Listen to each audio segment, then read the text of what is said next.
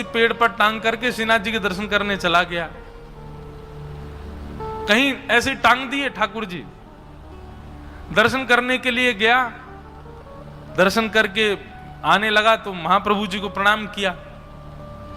महाप्रभु वल्लभाचार्य जी महाराज ने देखा उसको, अपने आप ही बताने लगा, मैं भी ठाकुर जी की सेवा करता हूं, मैं भी शालिग्राम भगवान की सेवा करता हूं। महाप्रभु जी बोले, अच्छा कहां है तुम्हारे ठाकुर जी? बोले, अभी यहां मंदिर में भीड़ बहुत थी, मैं वो पेड़ पर टांगे आया हूं बटुआ, अभी जाके ले लूंगा। महाप्रभु जी को इतना गुस्सा आया, बोले ठाकुर जी को टांगवे की चीज है तुमने कहीं टांग दिए ठाकुर जी?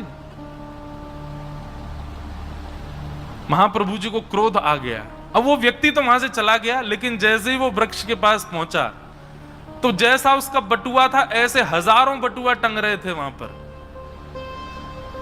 अब तो वो विचलित हो गया, सारे बटुओं को खोले, सब में शालिग्राम जी और एक जैसे सारे।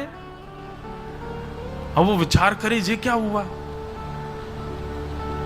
व्याकुल हो गया, दौड़ करके महाप्रभु जी के पास आया। बोले, मैंने आपको बताया था ना मैं भी सेवा करता हूं।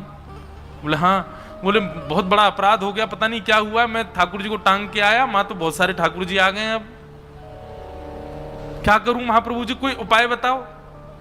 तो बोले, कितने साल से सेवा कर रहे हो? बोले कि 20 वर्ष हो गए सेवा करते हुए। बोले, अच्छा तो ठाकुर जी को पहचानते होंगे अपने को, जाओ उन हजारों में से अपने ठाकुर जी पहचान लो, कौन से हैं तुम्हारे।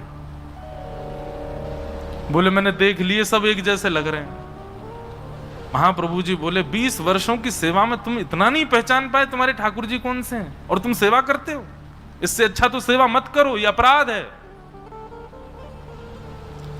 धन से भरा बटुआ होता, पहचान जाते कि ये मेरा है। और सबसे पहली बात, धन से भरा बटुआ होता तो तुम टांगते ही नहीं, अपने संग लेकर के चल रहे होते, क्योंकि धन का मूल्य जानते हो, ठाकुर जी का मूल्य नहीं समझते हो, इसलिए कहीं भी उनको रख आते हो। गलत बात। उसी दिन चरणाश्रित हो गया। सेवा की इतनी गंभीर और इतनी व्यवस्थित व्याख्या श्रीमद् वल्लभाचार्य जी महाराज ने की। वे स्पष्ट कहते हैं कि भाई यहां जप तप नियम पुण्य किसके लिए? भगवत दर्शन। अरे तो ठाकुर जी तुम्हारे नहीं है क्या? ये साक्षात ठाकुर जी हैं, इन्हीं की ही इतनी सेवा कर दो, इनको ही इतना प्रसन्न कर दो कि अपनी जड़वत्ता का त्याग करके यही चैतन्य हो जाएं, कहीं और ठाकुर जी नहीं मिलेंगे, यही तुम्हारे जड़ ठाकुर जी ही चैतन्य हो जाएंगे। अपनी सेवा को व्यवस्थित करो। ऐसे श्रीमद् वल्लभाचार्य जी महाराज, जिन्होंने ठाकुर जी के मधुर स्वरूप श्रीनाथ जी को प्रकट करके हम आप सबको आनंदित किया। आज उनका उत्सव है, श्री वल्लभाचार्य जी की जयंती है।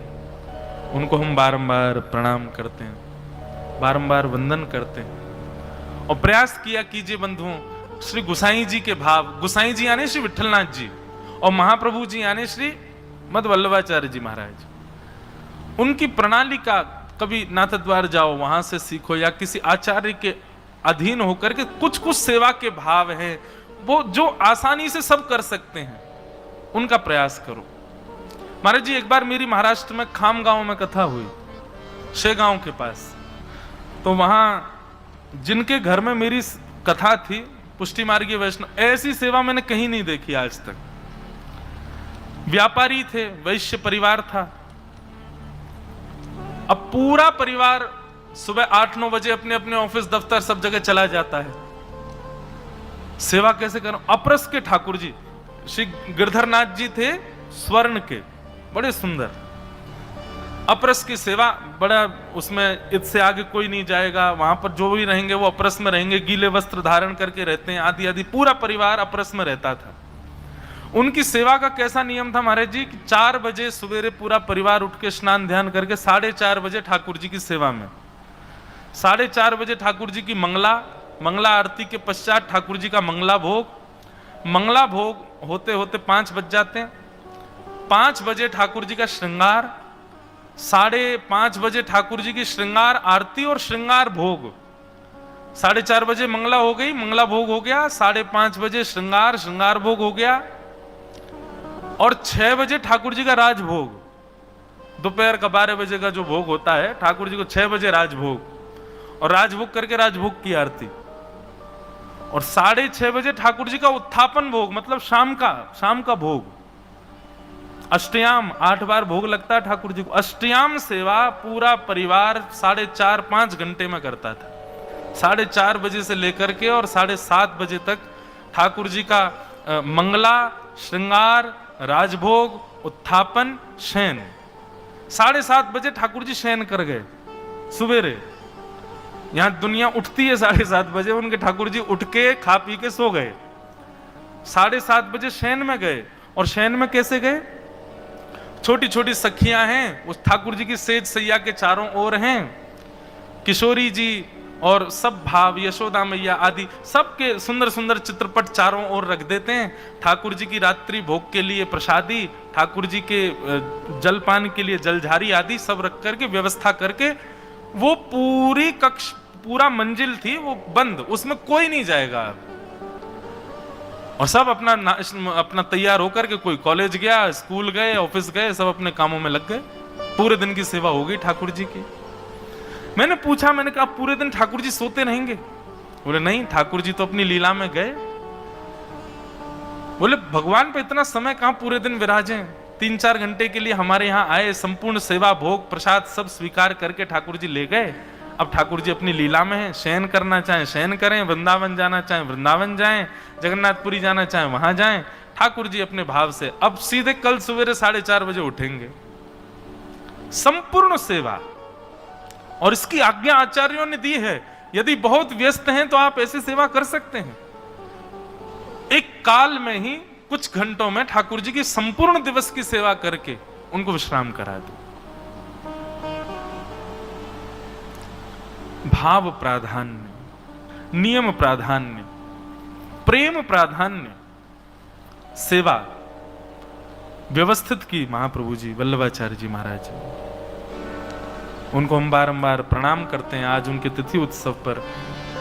और कितना सुंदर भाव है कि श्रीनाथ जी की सेवा की चिंता भी पंडरीनाथ भगवान को हुई, इसीलिए वल्लभाचार्य जी को गृहस्थाश्रम में भेज दिया। और फिर सेवा की चिंता के बाद सेवा करने भी स्वयं श्री विट्ठलनाथ जी ही पधारे। स्वयं श्री पंडरीनाथ भगवान ही विट्ठलनाथ जी के रूप में आए और आकर के श्रीनाथ जी की सेवा की। आप ही पूजे आप पुजावे, ठाकुर जी स्वयं ही पूजते हैं स्वयं को। कितना मधुर भाव है। श्री वल्लभ विट्ठल गिरधारी, यमुना जी के बलिहारी। वल्लभ विट्ठल, सब लोग गाओ। गिरधारी, यमुना जी के बलिहारी। श्री वल्लभ विट्ठल गिरधारी, यमुना जी के बलिहारी। वल्लभ विट्ठल गिरधारी, यमुना जी की बलिहारी। श्री वल्लभ विट्ठल गिरधारी, वल्लभ विट्ठल गिरधारी। श्री वल्लभ विट्ठल गिरधारी, वल्लभ विट्ठल गिरधारी। श्री यमुना जी की बलिहारी, यमुना जी की बलिहारी। श्री वल्लभ विट्ठल गिरधारी, यमुना जी की बलिहारी। वल्लभ विट्ठल गिरधारी, यमुना जी की बलिहारी। श्री वल्लभ विट्ठल गिरधारी यमुना जी के बल